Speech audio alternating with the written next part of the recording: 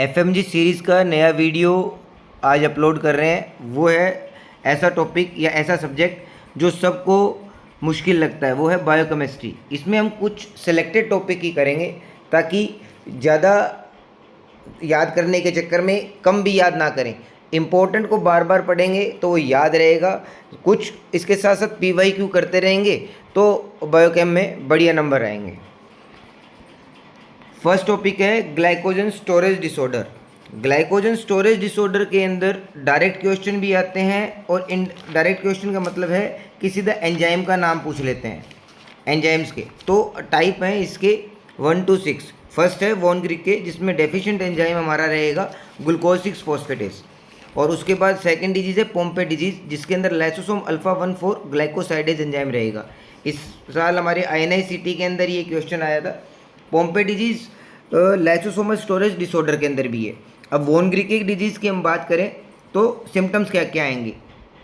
Symptom आएंगे हमारे 3 to 4 month of as होगी पेशेंट की, हेपेटोमेगेली मिलेगा, एक्सटेंसर जेंथोमा मिलेंगे, डोल लाइक फेस होगा, इंटरमिटेंट साइनोसिस मिलेगा। साथ ही साथ अब क्वेश्चन पूछने लग गए हैं ये ऑटोसोमल रिसेसिव है या कैसा है, तो ये ऑटोसोमल रिसेसिव है। और क्रोमोसोम भी पूछने लग गए हैं एफएमजी के अंदर, तो क्रोमोसोम 11। पोम्पे डिजीज़ की बात करें तो इसमें हमें मिलेगा floppy infant, hypothermia, hypotonia, failure to thrive, feeding problem के साथ बच्चा मिलेगा।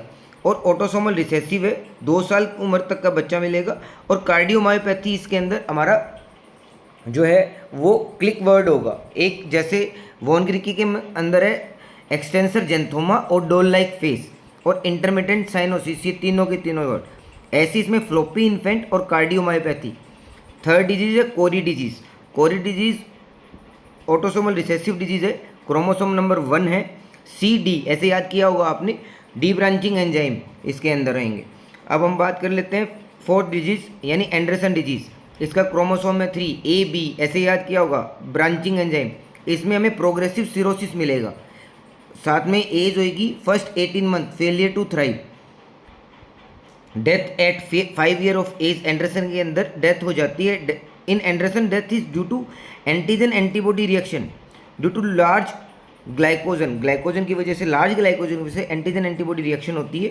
इस वजह से ये कार्डियक फेलियर की वजह से एंडरसन डिजीज़ के अंदर डेथ हो जाती है। सेकंड डिजीज़ ऐसी है जिसमें डेथ होती है, वो है पोम्पे डिजीज़। तो 2 डिजीज़ फैटल है, पोम्पे और एंडरसन। फिफ्थ डिजीज़ हमारी मकार्डल डिजीज़। मकार्डल डिजीज़ इस साल नीट PG 2023 का क्वेश्चन था, उसके अंदर ऑटोसोमल रिसेसिव डिजीज़ है। बरगंडी कलर यूरिन आएगा, मसल फॉस्फोरिलेज एंजाइम की डेफिशिएंसी होगी, लेट चाइल्डहुड की प्रेजेंटेशन होगी, एक्सरसाइज इंटॉलरेंस, ये वर्ड मिलेगा exercise intolerance, cramp in muscle and muscle pain, second win phenomena मिलेगा इसके अंदर। 6 डिजीज़ हमारी हर में H4H हेपेटिक ग्लाइकोजन फॉस्फोरिलेज एंजाइम जो है उसकी डेफिशिएंसी होगी। ऐसी एक डिजीज़ है टोरी डिजीज़, जो है type 7 of glycogen storage disorder. उसके अंदर हमें क्या मिलेगा, एक्सरसाइज इंटॉलरेंस उसमें भी मिलेगी, लेकिन किसके, आफ्टर कार्बोहाइड्रेट रिच मील के अंदर। हाइपर यूरिसीमिया होगा आफ्टर एक्सरसाइज। ऐसे ही हमें हाइपर यूरिसीमिया मिल सकता है वॉन ग्रिकी के अंदर। वॉन ग्रिकी के अंदर जो है ग्लूकोज 6 फॉस्फेट एंजाइम डेफिशिएंट है, इसलिए वो कन्वर्ट नहीं कर पाए, राइबोस 5 फॉस्फेट कन्वर्ट नहीं होगा HMP में और इंक्रीज हो जाएगा प्रोडक्शन ऑफ प्यूरिन का। तो इस वजह से हमें हाइपर यूरिसीमिया मिलेगा वॉन ग्रिकी के अंदर भी। तो दोनों में डिफरेंस है, वॉन ग्रिकी के अंदर अलग वजह से मिलता है, टोरी में अलग वजह से मिलता है। लेकिन टोरी में हमारे जो एंजाइम है वो मसल PFK1 होगा, मसल PFK1 फ्रुक्टोकाइनेज 1। नेक्स्ट है हमारा lysosomal storage disorder. Lysosomal storage disorder जो है इसके अंदर मैंने अलग से वीडियो बनाया हुआ है, जिसका लिंक नीचे डिस्क्रिप्शन में दिया हुआ। फर्स्ट डिजीज़ की इसमें से बात करें तो वो है फेब्री डिजीज़। डिफेक्टिव प्रोटीन है अल्फा ग्लैक्टोसाइडेज, और जो मटेरियल स्टोर हो जाएगा, स्फिंगोलिपिड्स हैं जो वो स्टोर हो जाएंगी, वो group B substance, blood group B substance के अंदर होएंगी। और कहाँ कहाँ होएंगी, किडनी और हार्ट में। तो इसलिए इसमें हमें ये एक्स लिंक रिसेसिव डिजीज़ है। इसमें हमें मिलेगा क्या, इसमें मिलेगा हमें angiokeratomas at bathing skin area, hypohidrosis, corneal and lenticular opacities, fabric crisis. ये तो था फैब्रिक डिजीज़। अब फैब्रिक क्राइसिस किसको बोलेंगे, burning pain in hand and feet, birefringent Maltese cross in urine sediments मिलेंगे, मिट्रल इनसफिशिएंसी मिलेगी। इसके लिए ट्रीटमेंट के लिए हम कार्बामेज़ापिन देते हैं और एंजाइम रिप्लेसमेंट थेरेपी देते हैं। क्वेश्चन आता है कि इसमें एंजाइम रिप्लेसमेंट थेरेपी दे सकते हैं, तो उसमें फेब्री डिजीज़ है, इसका आंसर रहेगा। सेकेंड डिजीज़ है गोचर। गोचर कौन सी डिजीज़ है? गोचर मोस्ट कॉमन लाइसोसोमल डिसऑर्डर है। डेफिशिएंसी किसमें होगी? बीटा ग्लूक्रोसाइडेज या बीटा ग्लूसेरेब्रोसाइडेज। 3 टाइप होते हैं, टाइप 1, टाइप 2, टाइप 3। जो टाइप 2 है इसमें death first year of life हो जाती है, लेकिन टाइप 1 और 3 में वेरिएबल एज ग्रुप मिलेगा आपको। शूडो रेड चेरी स्पॉट मिलेगा मैक्यूला पे। मेंटल रिटार्डेशन नहीं मिलेगी। ये इसका क्लिकिंग पॉइंट है, यही एक ऐसा पॉइंट है जहाँ पे हमें समझना है मेंटल रिटार्डेशन नहीं है, मतलब गाउचर डिजीज़ है। और डायग्नोसिस कैसे करते हैं? एक्सरे फीमर करवाते हैं, अर्लेनमेयर फ्लास्क डिफॉर्मिटीज़ दिखती है। आप ये पूरा का पूरा जो लाइसोसोमल स्टोरेज डिसऑर्डर का अलग से वीडियो है वो मैं डिस्क्रिप्शन में उसका लिंक डाल रहा हूँ, वहाँ से आप देख सकते हैं। पैथोलॉजिकल हॉलमार्क क्या है? गाउचर सेल्स बोन मैरो के अंदर। रिंकल पेपर अपीयरेंस मिलेगी, पास पॉजिटिव होता है। इसके ट्रीटमेंट के लिए मिग्लूस्टेट का इस्तेमाल करते हैं या रिकमेंड जो है ह्यूमन एसिड बीटा ग्लिक्रोसाइडेज, यहाँ भी यूज़ होता है। नेक्स्ट है एनपीएस, निमेनपिक डिजीज़। ठीक है, निमेनपिक डिजीज़ के अंदर हमें क्या मिलेगा? ये ऑटोसोमल रिसेसिव डिजीज़ है। डेफिशिएंसी है एसिड स्फिंगोमाइलिनेज की, और clinical feature failure to thrive, hepatosplenomegaly, rapidly progressive neurodegeneration, mental retardation यहाँ 100% मिलेगी निमेनपिक डिजीज़ के अंदर। ऐसे ही हम बात करें जीएमएन गैंग्लियोसाइड्स की, तो डेफिशिएंसी मिलेगी बीटा ग्लैक्टोसाइडेज। क्लिनिकल फीचर होएगा first 6 month of life, tonic clonic scissor मिलेगा, वर्ड आएगा टोनिक क्लोनिक सीजर। हेपेटोस्प्लेनोमेगेली मिलेगी। एंजियोकेरेटोमा इसमें भी मिलता है, पहले मैंने किसमें बताया था? फेब्री के अंदर भी है, लेकिन वो बेदिंग एरिया में, यहाँ कोई स्पेसिफिक नहीं है। यहाँ इसका टिपिकल फेस मिलेगा कैसा? मंगोलॉइड फीचर्स होंगे और मैक्युलर चेरी रेड स्पॉट होगा। By the end of first year mostly patient blind और डेफ हो जाते हैं। ये ऐसा ही डायग्नोसिस में लिखा होगा कि मोस्टली पेशेंट हो जाते हैं। अब एक डिजीज़ है क्राबे डिजीज़, उसमें ग्लैक्टोसेरेब्रोसाइडेज या बीटा ग्लैक्टोसाइडेज, यहाँ अल्फा था, यहाँ बीटा ग्लैक्टोसाइडेज की जो है वो हमारा डिपोजिशन हो जाता है। मेंटल रिटार्डेशन मिलेगी क्राबे डिजीज़ में। Optic atrophy first year of life पे, die before the 3rd year of life. Diagnosis कैसे होगा? स्किन कल्चर करेंगे तो ग्लोबोइड सेल मिलेगी, वो एंगोज मैक्रोपैथी होती है, सॉरी मैक्रोफेज होती है, एंगोज मैक्रोफेजेस होती हैं। ये इसका कंप्लीट वीडियो आप देख सकते हैं, डिस्क्रिप्शन में वो दिया हुआ है। नेक्स्ट है rate limiting enzyme of some metabolic pathway.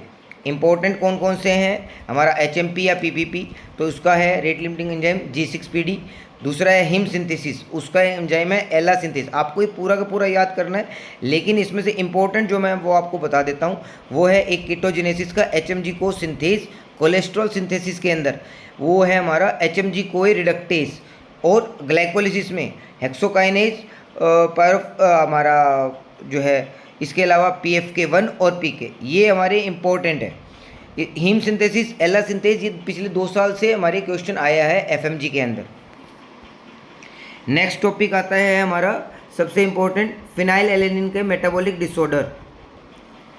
Phenyl alanine के लिए हम पहले डायरेक्ट समरी देख लेते हैं, पहले इसको रेट्रोग्रेड पढ़ते हैं। Phenylketonuria enzyme phenylalanine hydroxylase, maple syrup urine disease, alpha keto acid dehydrogenase, albinism, tyrosinase. ये 1 लाइनर भी है और डायरेक्ट क्वेश्चन भी है। होमोसिस्टिन्यूरिया, सिस्टेनेथियोन बीटा सिंथेज, एल्केप्टेन्यूरिया, होमोजेनेस्टिक एसिड ऑक्सीडेज। अब हम बात करते हैं एक एक पे।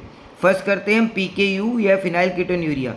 क्या क्या सिम्टम्स मिलेंगे? सीजर्स मिलेगा, ट्रेमर मिलेगा, स्टंट ग्रोथ मिलेगा, musty odour in breath, skin and urine.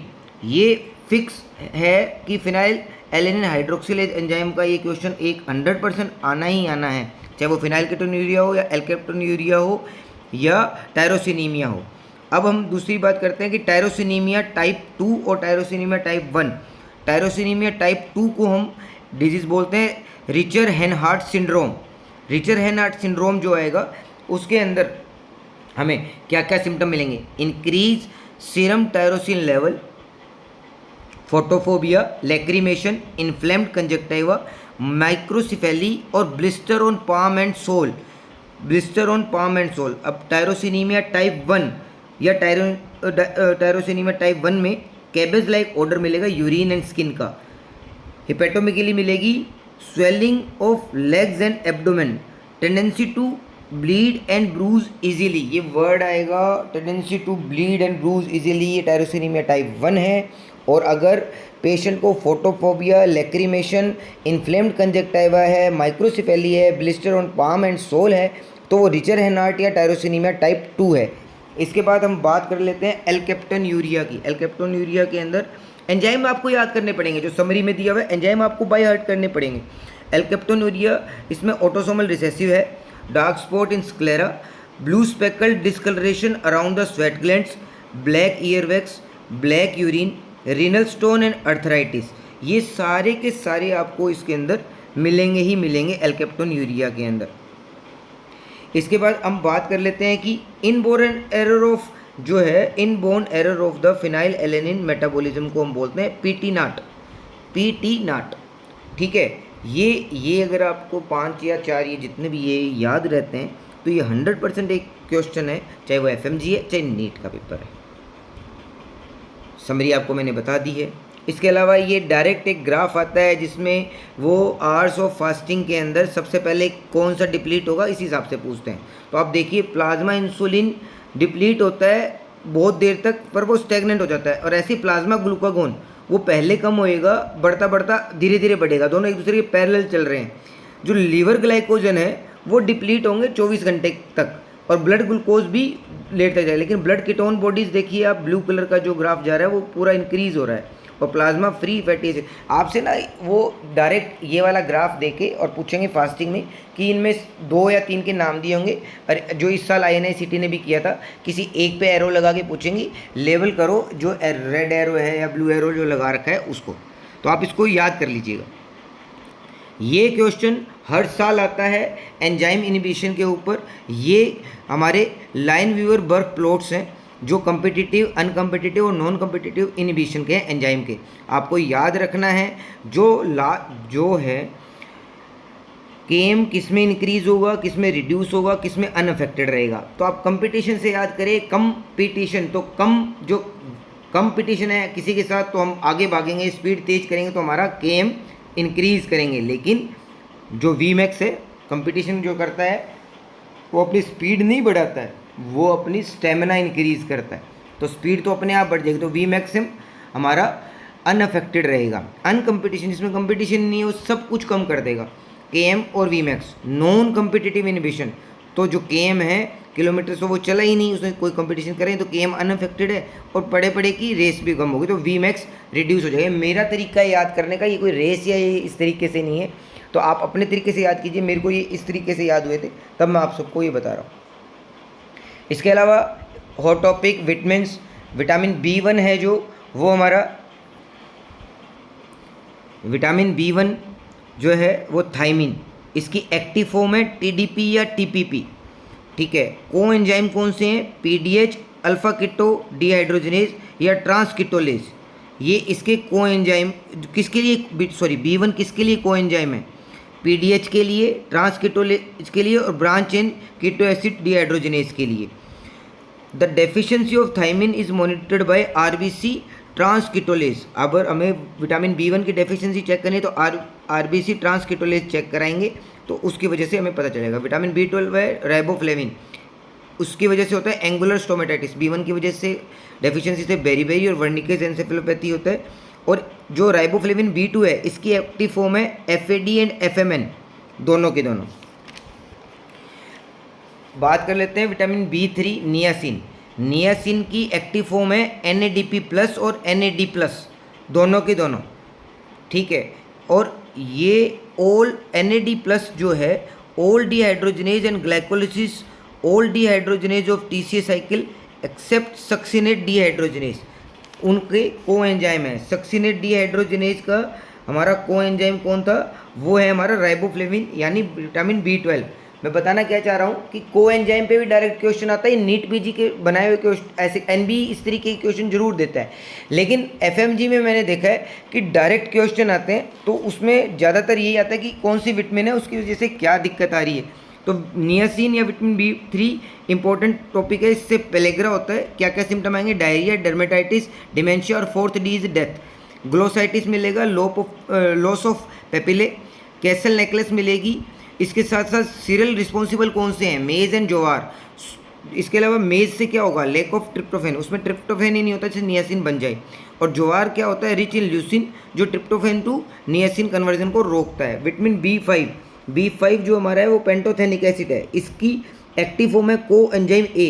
कुछ चीज़ें इसमें स्लाइड में नहीं लिखी हुई हैं, आप नोट डाउन कर लीजिए। विटामिन B पेंटाथोनिक एसिड की जो एक्टिव फॉर्म है को एंजाइम ए, और coenzyme a is the carrier for the acyl group. Acyl group very useful in the fatty acid synthesis. Burning feet syndrome होगा इसकी deficiency से। B6 है pyridoxine, peripheral neuritis होता है। It is a specialist carrier of the amino group responsible for all transaminase, जो हमारी B6 है।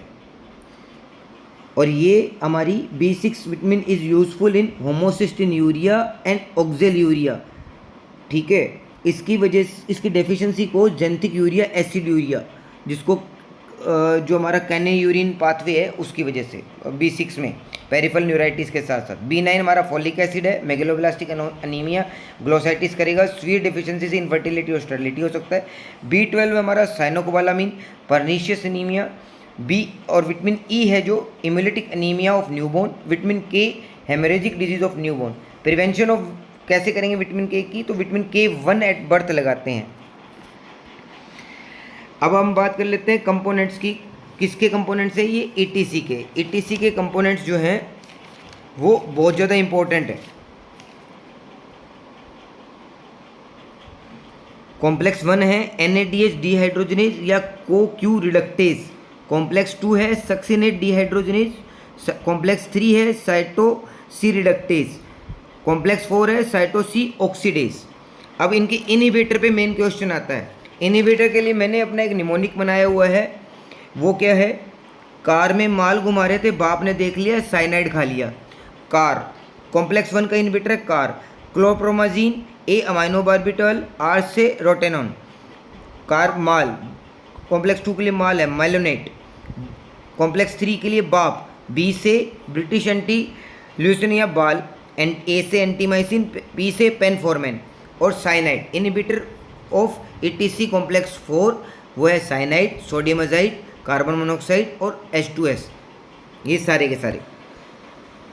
Disorder of fructose metabolism 3 तरीके का है। एसेंशियल फ्रक्टोस्यूरिया, हेरिडिटरी फ्रक्टोज इंटॉलरेंस और हेरिडिटरी फ्रक्टोज 1,6 बिसफॉस्फेटेज डेफिशिएंसी। इसमें क्या आएगा? जो हेरिडिटरी फ्रक्टोज इंटॉलरेंस है वो हेपेटिक एल्डोज B डेफिशिएंसी से होता है। और जो एसेंशियल फ्रक्टोस्यूरिया है इससे कोई सिम्टम्स नहीं आता, हार्मलेस रहती है। इसमें क्या आएगा? फ्रक्टोकाइनेज, हेपेटिक फ्रक्टोकाइनेज एंजाइम की डेफिशिएंसी होगी। एल्डोज B अगर डेफिशिएंट है तो लिथल डिसऑर्डर है। सिम्टम क्या आएंगे? Severe hypoglycaemia, vomiting following fructose intake. जैसे हम फ्रक्टोज शुरू करते हैं, आप कोई फ्रूट खाते हैं तो जॉन्डिस हो जाएगा, हिपेटोमेगेली हो जाएगी, हेपेटिक फेलियर हो जाएगा। Hypoglycaemia is caused by accumulated fructose 1 phosphate which interfere with the glycogenolysis and gluconeogenesis, दोनों के साथ वो हैम्पर करेगा। Treatment of both disorder, restriction of the dietary fructose and sucrose को भी साथ में नहीं देना है। ये क्वेश्चन आया हुआ है एक बार FMG के अंदर। अब ये जो है ये हमारा यूरिया साइकिल है, इसको आप बार बार देखिए। इसमें कौन जो है माइटोकॉन्ड्रिया में है, कौन साइटोप्लाज्म में है, ये डायरेक्ट क्वेश्चन होता है। तो जो सिट्रुलिन और ऑर्निथिन है ये माइटोकॉन्ड्रिया में रहेंगे। एन एसिटाइल ग्लूटामेट से CPS1 के थ्रू कार्बोमिल OTC बनेगा और सिट्रुलिन बन जाएगा। सिट्रुलिन जब साइटोप्लाज्म में आएगा, सिट्रुलिन और एस्पार्टेट जो है हमारा ट्रीसीए से आके आर्जिनोसक्सिनेट बनाएगा। यहाँ से आर्जिनोसक्सिनेट से आर्जिनिन बन जाएगा और फ्यूमारेट निकल जाएगा, और आर्जिनिन से ऑर्निथिन बनेगा, और इसी दौरान यूरिया का प्रोडक्शन होता है। अब urea cycle disorder enzyme deficiency है, एंजाइम्स को याद करना है। यूरिया साइकिल के लिए कुछ इंपॉर्टेंट पॉइंट है। It is regulated allosterically. The allosteric enzyme is CPS1, carbamoyl phosphatase synthase 1। Most powerful allosteric activator of CPS1 is NAG, यानी N acetyl glutamate. NAG is synthesized by the enzyme NAG synthase. NAG synthase is activated by L arginine. तो L arginine is use as the drug of in treatment of the hyperammonaemia. अगर हम इसीलिए L arginine को use करते हैं कि अगर ज़्यादा अमोनिया बन गया, अमोनीमिया हो गया है, तो उसके लिए, क्योंकि जो है एक्टिवेट क्या करेगा, किसको करेगा, नाग सिंथेज को। नाग सिंथेज की वजह से नाग बनेगा, नाग जब बन जाएगा तो एलोस्टेरिक एक्टिवेटर करेगा CPS1 को, और CPS1 उसको यूरिया में कन्वर्ट करवाएगा, यूरिया साइकिल को चला के। तो इसलिए जो एंजाइम है हाइपर अमोनीमिया टाइप 1 के लिए एंजाइम डिफेक्टिव कौन सा होगा, CPS1। 2 साल पहले क्वेश्चन भी आया था इसके लिए, यही सेम था कि CPS1 टाइप 2 के लिए है, टाइप 1 के लिए। टाइप 2 के लिए OTC, टाइप 2 के लिए OTC होगा इसके अंदर। ये एंजाइम की आप टेबल को अच्छे से याद कर लीजिएगा। और ट्रांसपोर्ट डिफेक्ट अलग से हैं, वो ये सिट्रीन और ऑर्निथिन ट्रांसपोर्ट डिफेक्ट्स हैं। सिट्रोलिनीमिया टाइप 2 जो है वो हमारा इसका है। और ट्रिपल H जो सिंड्रोम है, हाइपरमोनीमिया, हाइपरऑर्निथीमिया और homocysteine urea, triple H syndrome है, उसकी डेफिशिएंसी क्या रहेगी, ऑर्निथिन ट्रांसपोर्टर डिफेक्ट है इसके अंदर। सिस्टीन यूरिया, अब सिस्टीन यूरिया के अंदर डिफेक्ट किस में रहेगा, अमाइनो एसिड ट्रांसपोर्टेशन के अंदर। अभी मैंने बताया ऑटोसोमल रिसेसिव डिजीज़ है, अमाइनो एसिड ट्रांसपोर्ट का डिफेक्ट रहेगा। प्रोक्सिमल कॉन्वोल्यूटेड PCT के अंदर which lead two amino acid urea, amino acid which Cola urine में आएंगे। कोला क्या क्या है, सिस्टीन, ऑर्निथिन, लाइसिन, आर्जिनिन, ये कोला यूरिन में आएंगे। यूरिन जब आएगा तो इसको हेक्सागोनल स्टोन हो सकते हैं जो यूरिन माइक्रोस्कोपी में हमें दिखेंगे। कौन से, सिस्टीन की वजह से। अब हेक्सागोनल स्टोन दिखते हैं वो सिस्टीन की वजह से दिखते हैं। ट्रीटमेंट में हाइड्रेशन देना है और एल्कलाइजेशन देना है और चिलेशन करना है। पोटेशियम सिट्रेट या एसिटाजोलामाइड से एल्कलाइजेशन करते हैं हम सिस्टीन यूरिया में। कौन से डिजीज़ में एल्कलाइजेशन कराया जाएगा, ये सिस्टीन यूरिया, इसका क्लिनिकल बायोकेमिस्ट्री के अंदर क्वेश्चन आएगा।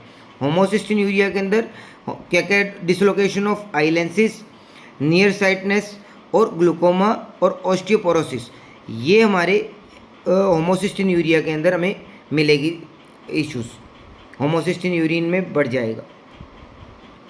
अब कुछ ऑर्डर्स हैं जो स्पेसिफिक डिसऑर्डर्स के साथ हैं, जैसे मस्टी या माउसी ऑर्डर। तो क्लासिकल फिनाइलकीटोन्यूरिया मैंने बताया था। मेपल सिरप जो आएगा, मेपल सिरप यूरिन डिजीज़ के साथ आएगा।